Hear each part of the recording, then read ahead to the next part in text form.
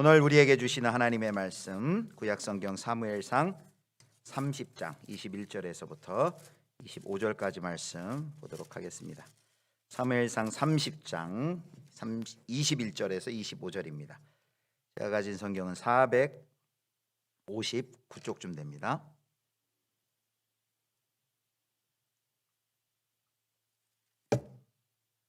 교독하도록 하겠습니다.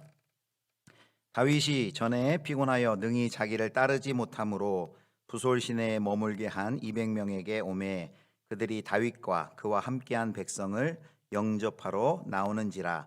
다윗이 그 백성에게 이르러 문안하매 다윗과 함께 갔던 자들 가운데 악한 자와 불량배들이 다 이르되 그들이 우리와 함께 가지 아니하였은즉 우리가 도로 찾은 물건은 무엇이든지 그들에게 주지 말고 각자의 처자만 데리고 떠나가게 하라 하는지라. 다윗이 이르되 나의 형제들아 여호와께서 우리를 보호하시고 우리를 치러 온 그 군대를 우리 손에 넘기셨은즉 그가 우리에게 주신 것을 너희가 이같이 못하리라. 이 일에 누가 너희에게 듣겠느냐? 전장에 내려갔던 자의 분깃이나 소유물 곁에 머물렀던 자의 분깃이 동일할지니 같이 분배할 것이니라 하고. 25절 같이 읽습니다. 그날부터 다윗이 이것으로 이스라엘의 율례와 규례를 삼았더니 오늘까지 이르니라. 아멘. 할렐루야. 반갑습니다. 우리 좌우로 앞뒤로 또 가정에서 온라인으로 예배드리시고 계신 우리 성도님들도 한번 가족들이 옆에 계시면 한번 인사하시죠. 한 해 동안 수고 많으셨습니다 하고 인사하겠습니다.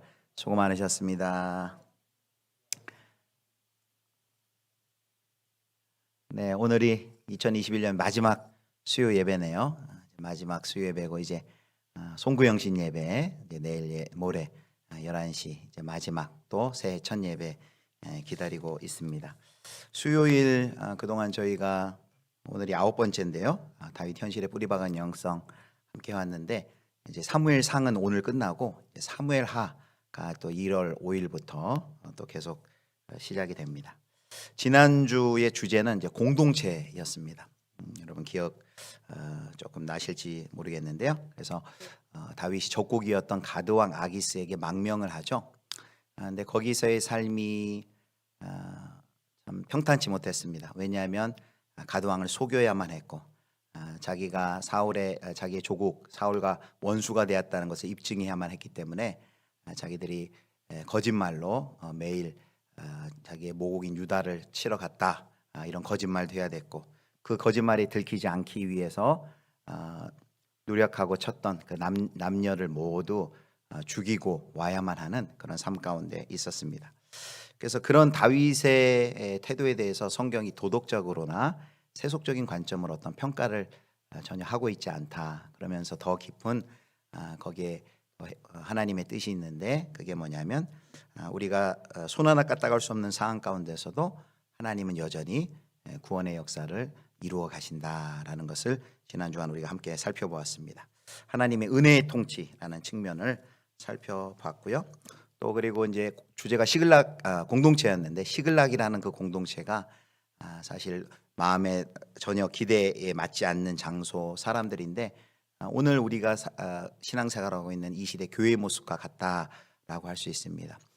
그 안에서 좌충우돌하고 여러 가지 이야기 속에서 어떤 사람은 도덕주의자적인 해석들을 하고 왜 11조 안 해, 왜 기도 안 해, 그렇게 하면은 신앙생활 잘못하는 거야 이런 의견도 있고 또 한 번에서는 술 좀 마시면 어때, 좀 인생 즐기면 어때라는 그런 세속주의적인 이야기를 가지고 있는 사람들 많고 그 시글락과 같은 교회에서 신앙생활 할 때 좌충우돌하면서 마음 가운데 에이 이도저도 싫다, 나 혼자 산속으로 들어가서 신앙생활 해야지, 어디 더 좋은 멋진 교회 없나 라고 그런 생각을 할 수 있을지 모르지만 그런 것은 없다. 하나님은 그렇게 부족하고 연약한 사람들 시글락과 같은 공동체에 우리를 모여놓고 거기서 우리를 깎으시고 다듬으시고 우리를 빚어서 하나님 나라 백성으로 삼으신다 이런 이야기를 했습니다. 이제 오늘 주제는 관대함인데요. 관대함. 지난주에도 우리가 계속 살펴봤지만 다윗이 가드왕 아기스 밑으로 망명을 갖고 거기서 아주 아기스의 마음에 잘 들었던 것 같아요. 그의 마음을 완전히 사서 이제는 아기스가 생각할 때 이 다윗이 절대 그 사울과 원수가 되었기 때문에 나를 배신하지 않을 것이다 라는 생각을 했고 다윗을 매우 총애했던 것 같습니다. 그런데 어느 날 하늘이 무너지는 것과 같은 제안을 이 가드왕 아기스가 하는 것입니다. 그것은 뭐냐면 다윗에게 시글락에 있는 다윗에게 연락해서 지금 우리가 이제 이스라엘을 치러 올라가는데 너가 우리와 함께 올라가자라고 한 것입니다. 이제 와서 연기했는데 이제 와서 자기는 사울과 완전히 원수가 되었고 더 이상 그 조국에는 전혀 마음이 없다는 걸 그동안 계속 보았는데 그런 제안을 해왔을 때 그것을 거부할 수가 없었죠. 하는 수 없이 다윗은 자기의 조국 이스라엘과 전쟁을 치러야만 하는 그런 아주 진짜 절체절명의 위기 가운데 놓이게 되었습니다. 그래서 이 가드왕 아기스를 따라서 블레셋과 한 팀이 되어가지고 이거 완전 정반대가 되죠. 적군의 망명을 해서 적군의 한 팀으로서 자기 조국을 쳐야만 하는 이런 참 이해할 수 없는 그런 궁지에 몰린 상황이 이제 오늘 이제 29장에 펼쳐집니다. 그런데요, 하나님께서 놀라운 하나님의 섭리를 일으키십니다. 어떻게 이렇게 그 위기를 빠져나가게 하시는지 하나님의 섭리가 있는데요. 그것은 이 가드 왕의 방백들, 신하들이 다윗이 전쟁에 참여하는 것에 대해서 반기를 듭니다. 그리고 이렇게 이야기를 해요. 29장 4절 말씀. 29장 4절 말씀. 예, 제가 읽겠습니다. 성경이 있으면 앞장 한 장 넘겨주세요. 블레셋 사람의 방백들이 그에게 노한지라. 블레셋 방백들이 그에게 이르되 이 사람을 돌려보내어 왕이 그에게 정하신 그 처소로 가게 하소서. 그는 우리와 함께 싸움에 내려가지 못하리니 그가 전장에서 우리의 대적이 될까 하나이다. 그가 무엇으로 그 주와 다시 화합하리이까? 이 사람들의 머리로 하지 아니하겠나이까? 이게 무슨 말인가 하면요, 지금 가드왕 아기스의 블레셋의 신하들이 방백들이 그 왕에게 이렇게 얘기를 한 겁니다. 아니 다윗은 뭘 믿고 저렇게 올라갔다가 나중에 배신해서 우리의 갑자기 대적이 돼서 총뿌리를, 그때 총이 없었겠죠, 창끝을 우리한테 돌려대면 어떡하려고 저 다윗을 뭘 믿고 같이 데려갑니까? 우린 저 사람하고 저 군대와 절대 전쟁할 수 없습니다. 이렇게 말하는 것입니다. 그러니까 이 가드왕이 자기 신하들이 그렇게 얘기하니까 자기도 자기의 주장을 계속 내세울 수가 없는 거예요. 그래서 다윗을 보내서 조용히 어깨를 두드리면서 이렇게 얘기하는 겁니다. 다윗, 내가 널 정말 믿고 너가 얼마나 충성된 내 종인지 잘 알겠는데 너랑 같이 이 이스라엘을 치려고 하는 것에 대해서 이 신하들이 저렇게 반대를 하니 내가 어떡하니? 어떻게 하면 좋겠냐? 그러니 이번만큼은 내 입장을 이해해주고 그냥 좀 돌아갔으면 좋겠다라고 말합니다. 그러니까 다윗이 큰 소리를 떵떵 치면서 이렇게 이야기를 합니다. 29장 8절을 보겠습니다. 29장 8절 말씀 같이 한번 읽을까요? 시작. 다윗이 아기스에게 이르되 내가 무엇을 하였나이까? 내가 당신 앞에 오늘까지 있는 동안에 당신이 종에게서 무엇을 보셨기에 내가 가서 내 주 왕의 원수와 싸우지 못하게 하시나이까 하니. 이렇게 다윗이 참 연기도 잘하죠. 지금 오히려 막 화를 내면서 그동안 나 잘 봤지 않습니까? 나를 못 믿습니까? 내가 내 주 왕의 원수 사울을 얘기하는 거죠. 이스라엘을 치려고 지금 모든 준비 다 하고 이렇게 왔는데 나를 못 믿고 그래 전쟁에 참여하지 못하게 한단 말입니까? 이렇게 막 화를 내는 거예요. 그러니까 이 아기스가 더 전전긍긍하면서 미안해가지고 다시 한번 또 얘기한 게 내가 너 믿는다니까 미안하다. 그렇지만 이 신하들이 이렇게 얘기하는데 나도 써도 참 너무 힘들구나. 그러니까 내일 아침 새벽에 날이 새면은 사람들 눈에 보지 않게 좀 철수해다오. 이렇게 부탁을 합니다. 그래서 이 다윗이 자기의 조국과 전쟁을 해야만 하는 그런 정말 절체절명의 위기를 벗어나는 이야기가 이 오늘 이 앞에 이제 29절에 있습니다. 29장에 있습니다. 여러분 이 29장의 이야기를 우리가 읽어볼 때 다윗을 시기하고 모함하던 그 다윗 블레셋의 방백들의 모함이 오히려 이 다윗을 살리는 것을 보게 됩니다. 이 벼랑 끝에서 정말 하나님이 도우셨는데요. 하나님이 일하시는 방법을 한번 보세요. 옆에서 막 그 모함하고 시기하고 질투하고 비방하고 중상모략하는데 오히려 그걸 이용해서 하나님이 다윗을 살리는 것을 볼 수 있습니다. 위기에 놓여 있던 다윗에게 하나님이 정말 생각지도 못한 방법으로 피할 길을 열어주시고 구해 주십니다. 어떻게 사람이 이런 생각을 해낼 수 있겠어요? 사람이 생각할 때는 앞뒤가 막히고 좌우가 막히고 모든 사면이 막혀 있는데 하나님께서 길을 다 열어주셔서 하나님이 간섭하여서 다윗을 그 위기에서 이렇게 구출해 주시는 것을 봅니다.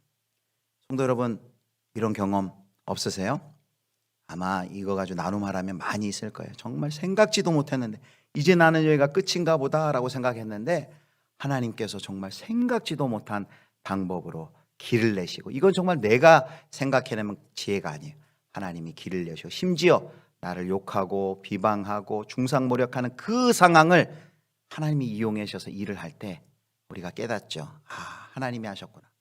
다윗이요, 지금 사실 시글락에 내려갔을 때 다윗의 신앙이 많이 떨어져 있는데 다윗이 이 사건을 경험하면서 그 하나님께로 다시 그 마음을 돌이키는 중요한 이 분기점이 됩니다. 하나님이 지금 나를 살리셨구나라는 것을 깨닫게 됩니다. 자, 하나님께서 절체절명의 위기에서 다윗을 구해내십니다. 그런데 하나님이 계속해서 다윗을 다루세요. 다윗의 불신앙을 더 다뤄야만 합니다. 그래서 하나님과의 관계를 회복하기 위해서 또 하나님이 허락하신 그 위기를 이제 겨우 이제 이겨내고 다시 시글락으로 돌아왔는데, 시글락에 돌아왔을 때 또 한 번의 큰 위기가 기다리고 있었습니다. 그건 뭐냐면 그 이제 전쟁에 참여하기 위해 다윗의 용사 600명하고 군인들이 모두 참석했는데, 그래서 모든 군인들이 다 빠져 있는 사이 그 시글락에 자기의 아내들, 가족들, 여인들과 아이들만 남아 있는 그때에 그만 아말렉이 그 군인들이 없었던 그때 빈틈을 노리고 침노하여서 다 데려간 거예요. 다 잡아간 거예요. 아이들 데려가고 여인들, 아내들 다 데려가고 모든 재산들을 다 데리고 간 것입니다. 와 보니까 이미 다 집이 불타 있고 완전히 쑥대밭이 돼 있는 것을 봅니다. 그래서 그 전까지는 이 다윗의 용사들도 얼마나 감사했겠어요. 우리가 우리 고국과 조국과 싸우지 않게 됐구나 하면서 감사하며 안도하며 왔는데, 그 감사와 안도가 잠시 뒤에 분노로 바뀝니다. 그리고 그 분노가 어디를 향할까요? 다윗에게로 향합니다. 그래서 여기 20장 4절에 보면 그 분노가 하도 커서 그들이 울 기력이 없도록 소리를 높여 울었더라. 그 가족들이 다 지금 끌려가고 지금 생사를 알지 못하는 그런 가운데 놓이니까 얼마나 당황스럽고 얼마나 슬펐겠어요. 슬프다가 그것이 분노로 변해서 어떻게 되냐면요, 그 분노의 끝이 다윗을 향하게 되니까 이렇게 얘기합니다. 다윗에게 이 책임을 지라고 말하면서 우리가 다윗을 돌로 치자라는 그런 백성들의, 군인들의 의견이 나오는 것입니다. 여러분, 다윗이 이때 받은 충격이 얼마나 컸을까 한번 생각해 보십시오. 이때까지는 블레셋이 대적이었고요, 블레셋과 싸우기 힘썼고, 블레셋 그리고 사울이 외부의 적이 자기를 노리고 죽이려 하는 거, 그거는 뭐 견딜만 했고 잘 견뎌왔어요. 그런데 지금 이 600명이 누굽니까? 이들은 아둘람 동굴에서부터 생사고락을 같이 했던 자들입니다. 우리 지난주에 살펴봤지만 이들은 환난당한 자, 빚진 자, 원통한 자들이에요. 그래서 다윗에게 몰려들어서 그동안 1년 6개월여 같이 광야 생활 고생을 함께 하면서 정말 동고동락하면서 그 어려움에 서로를 보듬어 안고 격려해주고 함께 사랑을 나누고 신뢰하고 함께 기도하고 그런 신앙생활했던 정말 믿음의 동지, 가족과 같은 이 아니라 가족인 그들이 이 위기를 당하자 그만 그 화살 칼끝을 다윗에게로 향해서 다윗을 돌로 치자, 당신이 책임지시오, 이렇게 한순간에 그들을 향하게 된 것입니다. 여러분, 또 한 번의 위기가 다윗에게 찾아왔어요. 도대체 이 위기를 다윗이 정말 그동안은 잘 버텨왔는데 여기서 완전히 무너질 수밖에 없는 그런 상황 가운데 놓였습니다. 다윗이 어떻게 이 위기를 넘길 수 있을까요? 그런데 다윗이 감사하게도 여기서 비로소 정신을 차리게 됩니다. 그리고 우리는 이제 사무엘상 30장에 놀라운 이런 다윗의 반응을 읽게 됩니다. 자, 30장 6절 말씀 함께 보겠습니다. 30장 6절 말씀 우리 같이 읽겠습니다. 시작.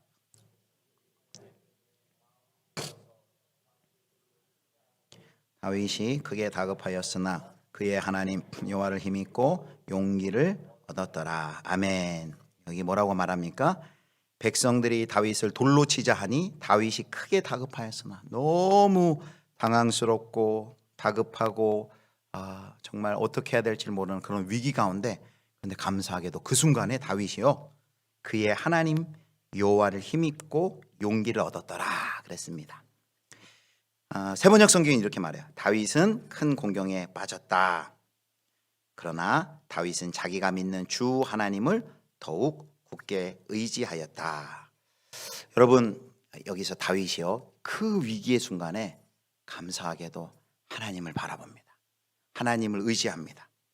그래서 제사장 아비아달에게 급히 에봇을 가지고 오라 하고 그 에봇을 통해 하나님의 뜻을 물어요. 8절에 보니까 내가 이 군대를 추격하면 따라잡겠나이까? 한동안 다윗이 하나님께 물었다는 얘기가 없어요. 시글락 내려갈 때도 자기가 판단해서 그냥 내려간 거예요.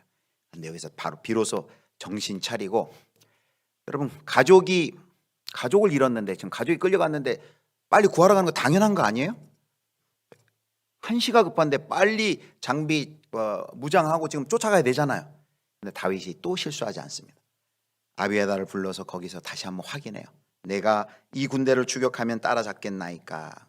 하나님께서 기다렸다는 듯이 대답해 주십니다. 8절에 보면 그를 쫓아가라. 내가 반드시 따라잡고 도로 찾으리라. 하나님의 응답이 내려옵니다. 그래서 다윗이 이 다시 600명 군사들을 데리고 자신의 가족들, 처자식들을 찾기 위해서 이제 출발합니다. 여러분, 이 돌로 맞아 죽을 위기에 놓여 있던 그 사랑하던 그 자기의 그 가족인 그 공동체가 자신을 향해 돌로 치려고 할 때 다윗이 그 외부 세계가 무너져 버리는 것 같은 그 위기 속에서 그의 내면이 하나님을 향하여 고개를 들게 됩니다. 그리고 하나님을 의지하게 됩니다. 그리고 하나님과의 신앙이 드디어 비로소 회복되는 걸 볼 수 있습니다. 그러고 보면요, 우리의 삶에 위기가 많이 찾아오는데 그 위기를 통해 하나님을 더 다시 한번 깊이 만나고 하나님과의 그 어그러졌던 관계가 회복된다면요, 그 위기가 참 복이 되는 것을 우리가 알 수 있습니다. 여기 구원을 베푸시는 하나님, 그래서 시편 46편 1절을 보겠습니다. 시편 46편 1절에 우리 같이 한번 읽겠습니다. 시작. 하나님은 우리의 피난처이시요 힘이시니 환난 중에 만날 큰 도움이시라. 아멘. 여러분, 위기를 만나셨을 때 성도 여러분도 여러 가지 위기가 많지 않습니까? 가정마다 기도 제목도 다르고 위기도 다르고, 하나님 어떻게 이 위기를 통과해야 되나요 하는 눈물과 한숨만이 나올 수밖에 없는 그 상황에 놓였을 때 여러분, 시편 기자의 고백을 기억하시길 바랍니다. 하나님은 우리의 피난처시요 힘이시니 환난 중에 만날 큰 도움이시라. 여러분, 우리 찬송의 고백 중에, 찬송가 중에 그런 가사 있잖아요. 어려운 일 당할 때 나의 믿음 적으나, 그 다음에 뭐예요? 의지하는 내 주를 더욱 의지합니다. 여러분, 어렵고 힘들 때, 위기라고 생각할 때 오히려 외부적으로는 위기지만 그때가 하나님을 더 깊이 만나고 하나님의 도우심을 경험할 수 있는 때이신 것을 여러분 믿으시기를 축복합니다. 자, 이제 다윗의 600명 부대는 아말렉의 약탈자들을 추격하기에 달려갑니다. 근데 너무 열악한 상황인 게요, 제가 지도를 잠깐 보여드릴 텐데 그 시글락에서 그 블레셋 군대들하고 모였던 데가 아벡이라는 데예요. 지도 한번 보여주실래요? 아벡. 여기 제가 동그라미로 빨간 걸 했는데 시글락이라는 데 왼쪽에 보면 시글락 동그라미 해놨는데 아벡이 저 위에요. 아벡까지가 100km예요. 100km 갔다가 100km 걸어왔어요. 3일 가는데 3일 오는데 3일. 그래서 200km를 이미 걸었어요. 근데 그 저기 시글락 밑에 보면은 뭐가 있냐면 이렇게 부솔이라고 있죠. 부솔강이라고. 부솔. 여기 이제 조금 이따 나오는데 부솔 시내인데 거기까지 약 24km를 더 가야 돼요. 그러니까 도착하자마자 뭐 쉴 틈도 없이 그 엉겁결에 챙겨가지고 다시 200km를 갔다 온 후에 다시 24km를 또 걸어서 그 아말렉을 좀 쫓아가려 하는 그런 상황인 것입니다. 예, 걷어주시고요. 그러니까 몸은 뭐 이미 뭐 지칠 대로 지쳐 있고 사기는 지금 완전히 다운돼 뚝 떨어져 있는 것입니다. 그리고 그 전에는 그 다윗을 신뢰하기도 했지만 이제는 다윗도 더 이상 신뢰할 수 없고, 그리고 가족들이 이미 포로로 또 끌려가 있고 그렇기 때문에 너무 지금 마음이 아프고 힘든 그런 상황 가운데 있습니다. 다윗에 대한 믿음도 없고 또 다윗이 과연 그 계획을 세워서 쫓아가긴 했지만 도대체 우리가 아말렉을 찾을 수나 있는 건지 또 찾아서 그들을 이겨낼 수는 있는 건지 염려되고 걱정을 하는 것입니다. 자, 이런 상황에서 이제 출발했는데요. 거기 이제 부솔강이라는 데가 나와요. 이제 오늘 우리가 방금 읽은 곳이 이제 부솔 시내라고 나오는데 여기가 이제 굉장히 중요합니다. 부솔 시내에 도착해서 여기서 어떤 일이 일어나냐면 600명이 갔는데 600명 중에서 400명만이 이제 계속해서 추격을 하고 200명이 거기서 그만 낙오를 하게 됩니다. 더 이상 우리는 못 가겠습니다 하고 200명이 거기서 이제 주저앉게 됩니다. 여러분 왜 부솔 시내에서 거기서 200명이 더 안 가고 도대체 얼마나 뭔가 힘든 일이 있었길래 지금 이제 처자식이 잡혀가 있는데 우리 같으면 아무리 힘들고 어려워도 끝까지 달려가서 뭔가 끝장을 볼 것 같은데 거기 왜 200명이 거기에 남겨져 있었을까요? 몇 가지 이유가 있어요. 거기 보면 그 여기 이제 부솔 시내라고 했는데요. 이제 부솔 시내라고 했을 때 시내라고 번역한 히브리 말이 나할이란 단어예요. 나할. 그러니까 원어 보면 부솔 나할인데 이걸 부솔 시내라고 번역을 해놨어요. 그러니까 시내라고 하니까 우리는 생각할 때 졸졸졸졸졸졸 냇물이 흐르는 그 정도로 알고 있어요. 근데 이 나할이라는 것은 물이 많이 흘러가지고 이제 완전히 땅이 완전히 침식이 돼가지고 양쪽이 계곡이 생기는 데를 나할이라 그래요. 이스라엘에 보면 건기가 우기가 있는데 건기 때는 물이 별로 안 흐르는데 우기가 되어서 온갖 물이 흐르면 엄청나게 물이 많이 흐르는데 이 부솔 나할은 그쪽에 지역의 전문가들이 얘기할 한 1km 정도 되는 그냥 아예 강이라고 해석하는 것이 맞을 정도로 굉장히 험지입니다. 그래서 제가 사진을 몇 장 준비했는데 부솔의 사진, 부솔 시내. 이제 가장 좁은 곳에 부솔 부솔 나할에 구름다리가 있는 거고요. 그다음에 이제 저게 이제 저 아래가 이제 부솔 나할이. 저게 이제 우기 같은 경우 비가 많이 흐르면 저 굉장히 건너기 힘들겠죠. 저 거리가 가장 넓은 데는 1km 정도 된다 이렇게까지 얘기합니다. 그다음 사진. 이렇게 보면 이제 굉장히 좁은 것 같은데 이거는 이제 그 계곡에서도 좀 좁은 부분이고 어느 쪽에 있었는지 모르지만 사진 걷어주시고 그래서 이 첫 번째는 이 시글락에서 아벡까지 이미 왕복 200km를 간 상황에서 다시 24km를 부솔강까지 가느라고 육체적으로 너무 힘들어서 기진맥진한 그런 상태고요. 두 번째 이 부솔 부솔강이 부솔 시내라는데 강으로 번역하는 게 더 맞다 그랬죠. 이 부솔강이 너무나도 크고 험해서 그 어마어마한 협곡에 가깝다 그래요. 그래서 건너기가 쉽지 않았다. 그 기진맥진한 그 체력으로 몸으로 더 이상 건너기가 힘들었다. 그리고 이왕 쉬려면 물가에 물이 있어야만 쉴 수 있는데 그래서 그곳을 택한 것으로 보입니다. 어쨌든 그래서 600명 중에 400명은 건너가고 200명은 여기에 남아 있는 거예요. 그래서 다윗과 나머지 이제 400명이 이제 열심히 이제 아말렉 군인들을 쫓아간 것이죠. 그런데 도대체 그 시내 부솔강을 건너가지고 나머지 200명은 이쪽 강 건너지 않고 있었겠죠. 그 힘겹게 강을 건너가지고 이제 쫓아가는데 또 아무리 찾아도 이거는 정말 바닷가에서 바늘 찾듯 도대체 이 사람들이 어디로 갔는지 알 수가 없는 거예요.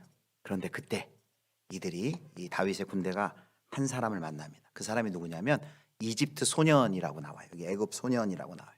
이 애굽 소년이 누구였냐면 그 아말렉 군대들이 얘가 몸도 현찮고 다치고 그래서 얘 데려가봐야 소용없다. 그래가지고 얘를 그냥 이 노예죠. 아말렉 군인들이 이집트 소년 하나를 버리고 간 것입니다. 그냥 버리고 간 거예요. 그래서 3일 동안 그 광야에서 먹지도 못하고 물도 마시지 못하고 먹지도 못하고 기지맥히 다 죽어가는 그 애굽의 소년 하나를 이 다윗의 군대가 발견을 한 겁니다. 여러분 지금 한시가 급해요. 어떻게 하든지 한 걸음이라도 더 빨리 가가지고 아말렉을 찾아가지고 그들을 쳐야지만 우리 처자식이 지금 어떻게 되는지 모르는 상황에 잠시라도 지체할 시간이 없습니다. 그런데 그때 다윗이 어떤 반응을 보이는 줄 아세요? 30장 11절 12절입니다. 11절 12절 자, 우리 함께 같이 읽겠습니다. 시작. 우리가 들에서 애굽 사람 하나를 만나 그를 다윗에게로 데려다가 떡을 주어 먹게 하며 물을 마시게 하고 12절. 무화과 뭉치에서 뗀 덩이 하나와 건포도 2성이를 주었으니 그가 밤낮 사흘 동안 떡도 먹지 못하였고 물도 마시지 못하였음이니라. 그가 먹고 정신을 차리매. 아멘. 예, 이 그 아말렉의 군대였는데 이 병 들고 성가시니까 아유 이제 쟤 때문에 힘들겠다 안 되겠다 해가지고 버리고 간 그 이집트의 소년을 다윗이 그 군대가 그냥 죽도록 내버려 두지 않습니다. 그 가던 길을 멈춰서 내려서서 그에게 여기 보니까 물을 주고 떡을 주고 그리고 무화과 뭉치에서 뗀 덩이 하나와 건포도 2성이 당 보충해 준 거예요. 너무 힘드니까 그를 주고 그의 기력을 회복하게 해줍니다. 이 사흘을 굶었던 소년이 얼마나 허겁지겁 맛있게 먹었겠어요. 그리고 그 음식을 먹고 이제야 비로소 이제 정신이 든 거예요. 그리고 이제 대화가 오갔겠죠. 여러분 다윗이 지금 목적이 분명하잖아요. 지금 빨리 쫓아가서 아말렉 군대에게 잡힌 자기 가족들을 구해내야 되는 그런 시급한 상황인데도 어떻게 가던 길을 멈추고 이 애굽의 소년, 이집트의 소년을 구해 줄 수 있었을까요? 그것은 다윗이 경험이 있기 때문에, 다윗도 광야에서 버려진 경험이 있기 때문에, 다윗도 광야에서 굶어본 경험이 있고요, 목말라본 경험이 있기 때문에 그 소년의 마음을 처지를 누구보다도 잘 알았기 때문입니다. 그리고 다윗도 그 가운데서 물을 마셔본 경험이 있고요, 그 가운데 떡을 먹어본 경험이 있는 거예요. 근데 다윗의 이 경험은 누구에게 이 경험을 경험한 줄 아십니까? 이 애굽의 이집트 소년이 다윗에게 경험한 것을 다윗은 하나님께로부터 경험을 한 거예요. 그것이 시편 36편에 나와 있어요. 시편 36편. 자, 6절부터 8절 제가 읽겠습니다. 주의 의는 하나님의 산들과 같고 주의 심판은 큰 바다와 같으니이다. 여호와여, 주는 사람과 짐승을 구하여 주시나이다. 하나님이여, 주의 인자하심이 어찌 그리 보배로운지요. 사람들이 주의 날개 그늘 아래에 피하나이다. 그들이 주의 집에 있는 살진 것으로 풍족할 것이라. 주께서 주의 복락의 강물을 마시게 하시리이다. 아멘. 이 다윗도 광야 생활을 오래 했는데요, 한 10여 년 광야 생활을 했는데 그가 광야 생활하면서 경험한 건 뭐냐면 하나님이 자기를 그분의 날개 그늘 아래 피하게 해주신 그 하나님의 인자를 그가 경험했습니다. 그리고 그 광야에서 보호해 주시는 하나님, 그 광야가 얼마나 낮이면 얼마나 뜨거워요. 열사병 걸려 죽죠. 밤에는 얼마나 추워요. 낮과 밤의 온도차가 몇십 도인 그곳에서 하나님의 그 보호하심, 그의 날개 아래 품어주심을 경험한 다윗이, 그 하나님의 인자와 은혜를 경험한 다윗이 자기가 똑같은 처지에 있던 광야에 홀로 떨어져서 죽을 위기에 있던 그 이집트 소년을 보고 그냥 지나치지 않고 그에게 은혜를 베푼 것입니다. 사랑하는 성도 여러분, 우리는 하나님께 먼저 은혜를 받은 자이죠. 하나님께 은혜를 받아 보았기 때문에 그래서 우리는 그 은혜를 주변에 있는 사람들에게 흘려주고 나눠줄 수가 있어요. 하나님의 그 사랑을 먼저 경험했기 때문에 그 사랑을 가지고 우리는 손 내밀 수도 있고 주님의 손가발이 될 수 있는 존재로 이제 우리가 변화되게 된 것입니다. 그래서 다윗이 시편 36편처럼 하나님이 자신을 광야에서 도우시고 살려줬던 것처럼 똑같은 자비를 이 이집트 소년에게 그에게 베풉니다. 그러자 이 소년이 그 다윗에게 한 가지 중요한 정보를 제공을 합니다. 이제 그 아말렉의 군대 향방을 묻자 이 소년이 그 중요한 정보를 제공해 줍니다. 그리고 어디로 가면은 그들을 따라갈 수 있습니다. 라고, 물론 이제 그의 자신의 생명을 나를 죽이지 않기로 약속해 주십시오, 이런 약속도 하고 그리고 알려줍니다. 그래서 거기서 아주 중요한 정보를 얻어가지고 아주 뒤쫓아갑니다. 그래서 이 다윗이 그냥 지나쳐 버릴 수 있는 그 이집트 소년에게 베풀어준 그 자비가 다윗과 다윗의 군대를 살리는 역할을 하게 됩니다. 그래서 그 아말렉 군대들이 모여 있는 곳에 다다랐고요. 이미 가니까 그들이 승리했다고 다 먹고 마시고 술 취하고 막 엉망진창 야단법석이었는데, 그때 다윗의 군대가 그들을 치고 모든 것을 회복합니다. 그가 붙잡혀갔던 여인들, 아이들 다 찾고요. 빼앗겼던 모든 양떼와 소떼 다 뺐고요. 그리고 다른 마을에서 우리 약탈에, 그들이 아말렉 약탈에 온 곳도 다 찾아가지고 다 오히려 얻어가지고 이제 개선을 하게 됩니다. 그러니까 이 다윗의 군사들이 얼마 전까지만 해도 다윗을 쳐 죽이자 막 그랬는데, 이제 완전히 분위기가 바뀌어서 뭐라고 얘기하냐면 모든 걸 다윗의 공로로 외쳐요. 그래서 오늘 성경에 보면 다윗의 전리품이다 이렇게 외치면서 의기양양해가지고 이제 돌아오게 되는 것을 봅니다. 사랑하는 성도 여러분, 그래서 우리 한 가지 또 한번 또 확인해야 될게요. 이 아말렉은 이 이집트 소년이 병들었다고, 더 쓸 가치가 없다고 그를 버려버렸어요. 그런데 다윗은 그냥 그를 지나치지 않고 그에게 떡을 주고 물을 마시고 무화과 열매, 포도 열매를 주면서 그를 원기를 회복시켜 주었습니다. 그러니까 다윗이 이렇게 한 거 아니에요.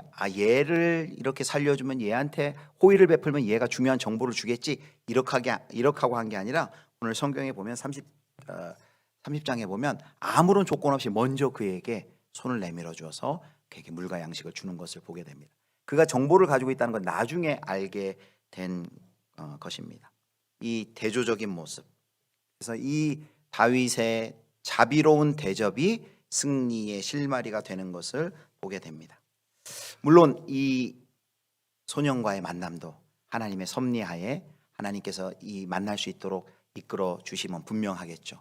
그런데요, 이 다윗은 그 소년에게 선을 베풀다가 하나님의 복을 경험하는 것을 우리가 보게 됩니다.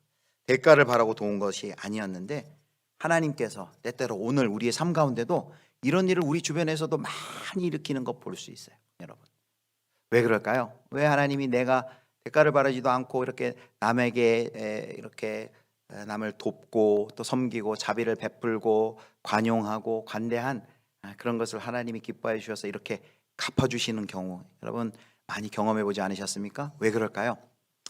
마태복음 25장 40절에 이렇게 말씀하셨어요. 보겠습니다.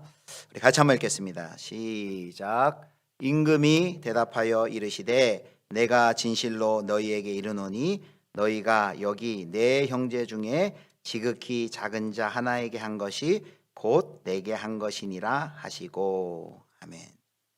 이게 뭐라고 그러셨냐면요, 지극히 작은 자 하나에게 한 것이 곧 내게 한 것이다 라는 이런 말씀을 합니다. 하나님이 다 보고 계세요. 하나님 다 기억하고 계세요. 우리는 뭐 그냥 하고 물 한 그릇 준 것 다 잊어버리고 있는데, 하나님은 그것을 기억하셨다가 하나님의 복으로 되돌려주시는 거예요. 다윗이 이 전혀 기대치 않았던, 남들은 다 무시하고 버려버렸던 이집트 소년 한 명을 환대했는데, 하나님은 그 소년을 통해 자신의 온 가족들, 그리고 자신의 인생의 가장 큰 위기를 극복할 그 큰 구원의 은혜를 베푸시는 것을 볼 수 있습니다. 자, 이제 마지막입니다. 마지막, 오늘 관대함의 주제의 마지막 핵심인데요, 부솔 시내에서의 은혜가 남아 있습니다. 자, 오늘 이야기의 절정이 아까 그 이제 부솔강에서 있는데요, 승리감에 도취되어 왔던 그 400명, 이제 뭐 부족할 것이 없죠. 그 사랑하던 아내, 또 아들, 딸들 다 구해오고 또 전리품도 얻고 아주 넉넉한 가슴으로 돌아왔습니다. 그런데 돌아와서 부솔강에 딱 도착하니까 누가 있어요? 자신들과 함께 가지 못했던 200명의 그 낙오된 자신의 동료들이 거기 쉬고 있는 것을 봅니다. 그러니까 이 200명이 그 400명의 군인들이 돌아올 때 200명이 어떤 마음이었을까요? 여러분 한번 생각해 보세요.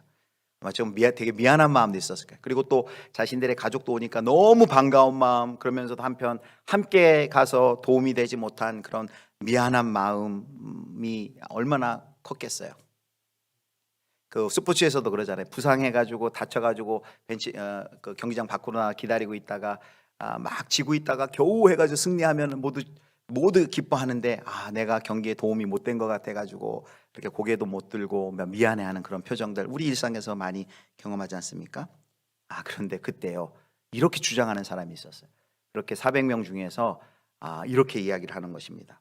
뭐라고 얘기했냐면, 그 전에 21절 보면 굉장히 좀 이렇게 가슴 짠한 다윗의 그 언행이 있는데요. 21절을 보시면 이런 표현이 있어요.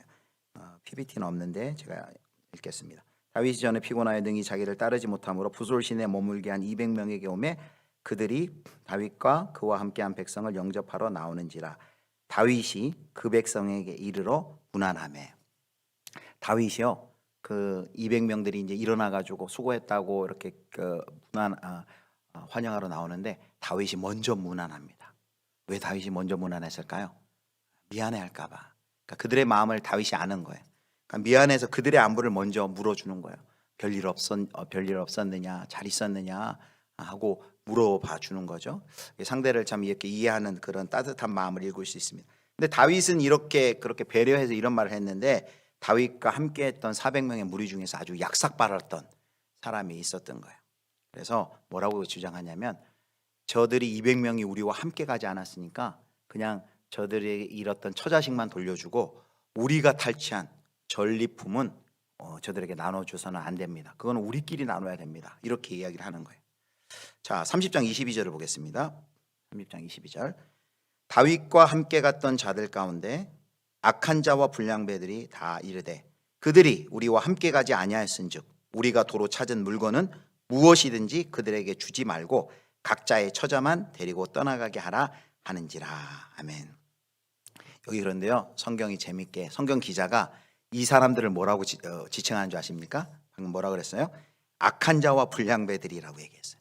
이런 이야기를 하는 사람들을 성경 기자의 관점에서 뭐라고 했냐면 이런 악한 자들과 불량배들이 있나라고 욕을 하는 거예요.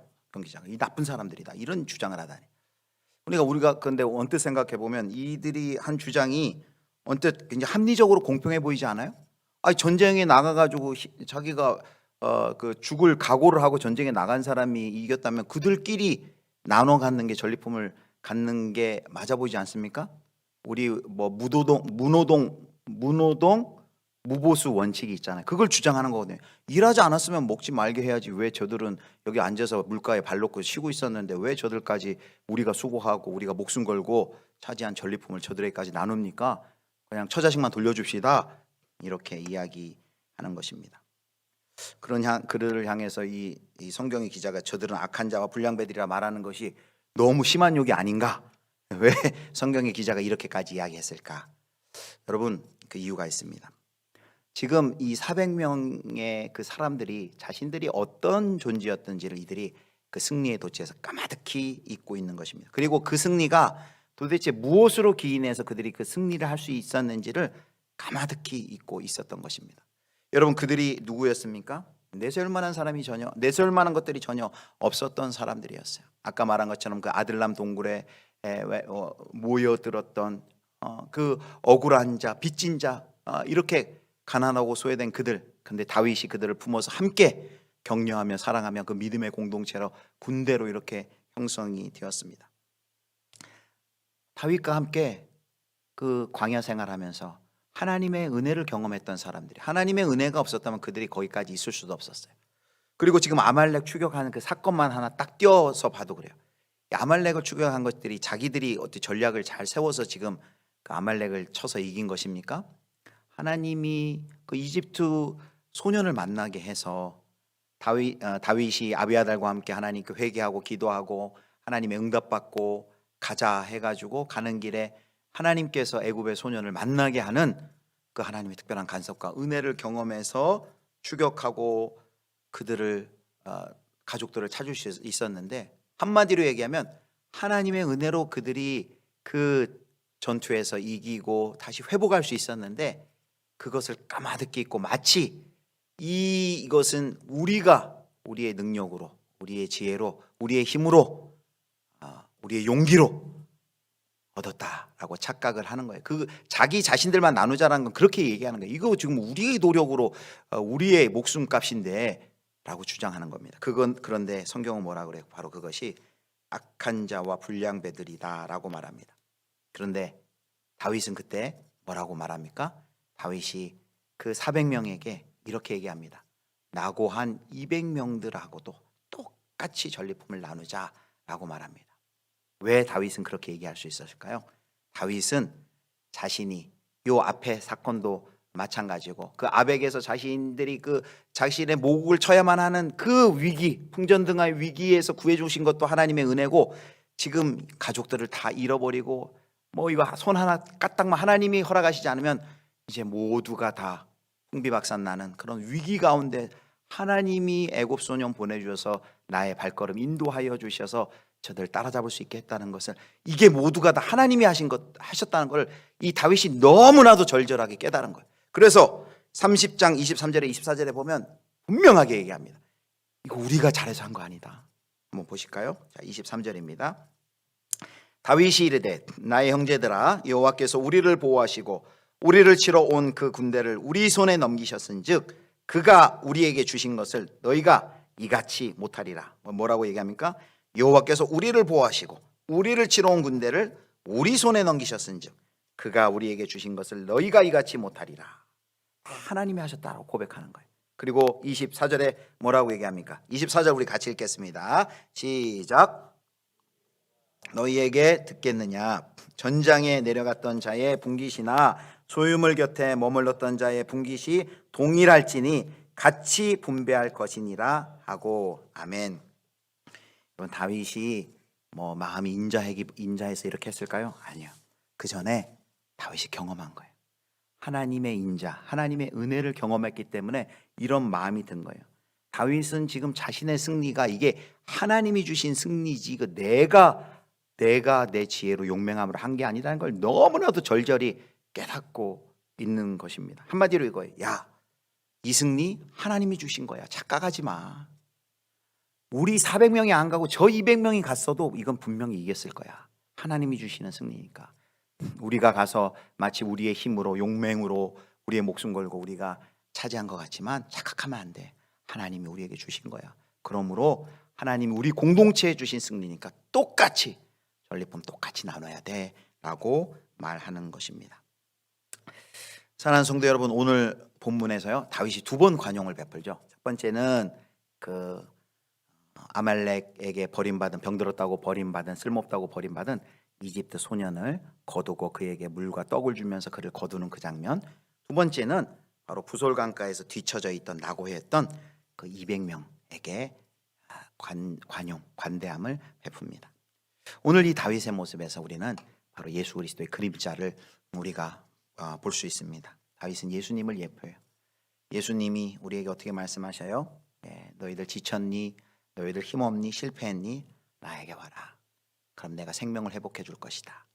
자, 마태복음 11장 28절에 30절 말씀 우리 같이 읽겠습니다. 28절 시작. 수고하고 무거운 짐진 자들아 다 내게로 오라. 내가 너희를 쉬게 하리라. 마음이 온유하고 겸손하니 나의 멍에를 메고 내게 배우라. 그리하면 너희 마음이 쉼을 얻으리니 이는 내 멍에는 쉽고 내 짐은 가벼움이라 하시니라. 아멘. 수고하고 무거운 짐진 자들아 다 내게로 오라. 여기 짐은 이제 율법의 짐이죠. 짐진 인생들에게 예수 그리스도께서 이런 초대를 하시고 있는 것이죠. 그래서 우리 모두는 사실 부솔 시내에 남겨졌던 200명 같은 존재들이에요. 다 낙오자들이에요. 우리가 힘도 없고 지쳐 있고 소진되어서 마치 인생의 낙오자가 된 듯하고 방관자가 된 듯 그렇게 부솔 시내에서 널브러져 있는 우리들 인생 가운데 하나님이, 예수님이 우리에게 승리를, 십자가에서 죽으시고 그 승리를, 예수 그리스도께서 그 승리를 가지고 오셔서 우리에게 그 승리를 안겨주시고 함께 나누자 하시고 우리를 초대하십니다. 그래서 바로 이런 모습이 바로 에베소 2장 8절에서 9절이죠. 우리의 구원은 어떤 구원이냐? 에베소 2장 8절 9절 말씀 같이 읽겠습니다. 시작. 너희는 그 은혜에 의하여 믿음으로 말미암아 구원을 받았으니 이것은 너희에게서 난 것이 아니요 하나님의 선물이라. 행위에서 난 것이 아니니 이는 누구든지 자랑하지 못하게 함이라. 아멘.